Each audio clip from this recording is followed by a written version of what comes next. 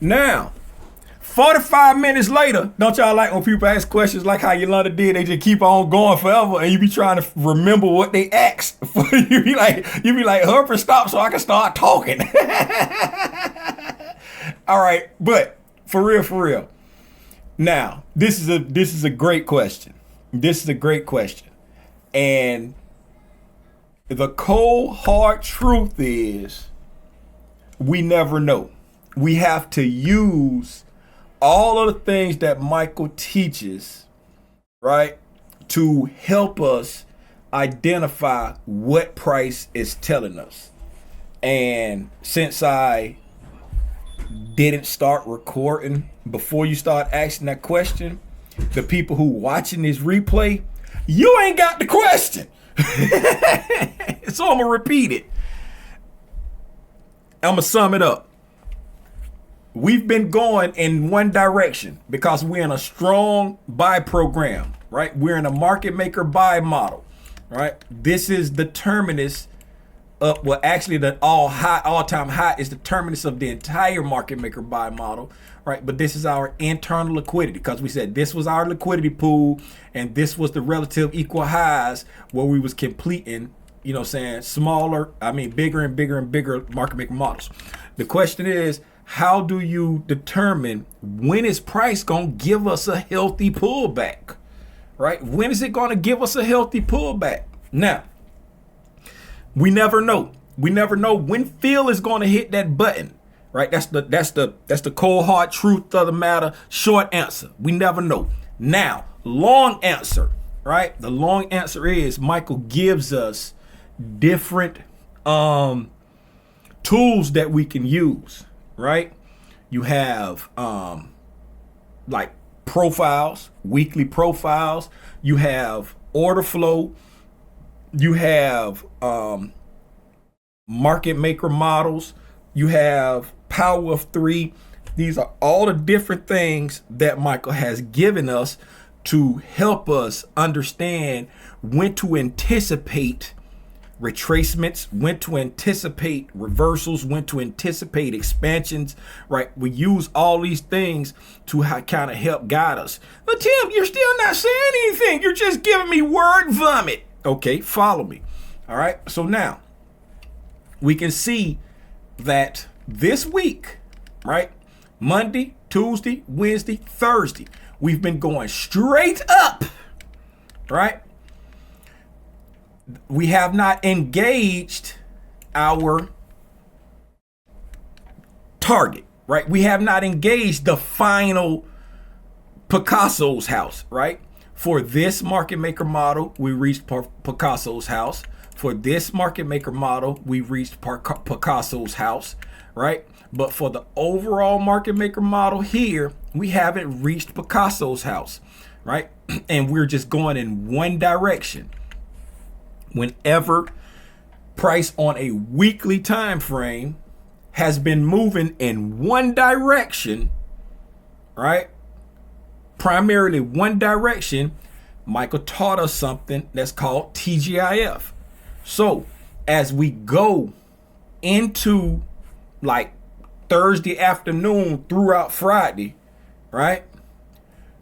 We start to anticipate maybe the week will trade 20 to 30% back into that range because it's been going in one direction, right? Now, it's not going to just pull back into one direction just on a whim, right? You want it to reach a destination, right? What? A higher time frame PD array, a liquidity pool. You want it to reach something on a higher time frame after this continuous movement. And once you get that, you reach that time frame after that continuous movement, then unless Phil holds it in a range, right, we can anticipate that TGIF where we can get 20 to 30% back, even up to 40% sometime. But it's the buffer, the sweet spot is 20 to 30% of a pullback, right? So going into tomorrow, right, if price starts giving you like this bearish look, right, then you can anticipate that TGIF. All right, so let's look at that where we are now. Let's just say we've made the high of the week, and it's not going to go any higher, and we anticipate a TGIF. Then we can identify our targets, right? So based off as high, if we don't go any higher, if we don't make a new high, we've come right up here, we've taken out, right, some internal liquidity here, and we've come very close to this high. If we don't touch that high, right, we've traded up into a nice liquidity pool. We've engineered some buy side liquidity by coming very close to that high, right? So now if we get a 20 to 30% pullback, right, that will yield us from this high right now, right, 20% pullback would be 26,232. A 30% pullback would be 26,066 and a quarter, right? So if price starts looking bearish, breaking structure to the downside, obeying bearish order flow, we could look for that TGIF, because we're going into Friday, like Thursday afternoon into Friday, right? If Phil holds it on Friday and we don't get that TGIF on Friday, it's a higher probability that Monday will yield you that TGIF, right? That's Michael's TGIF in a nutshell.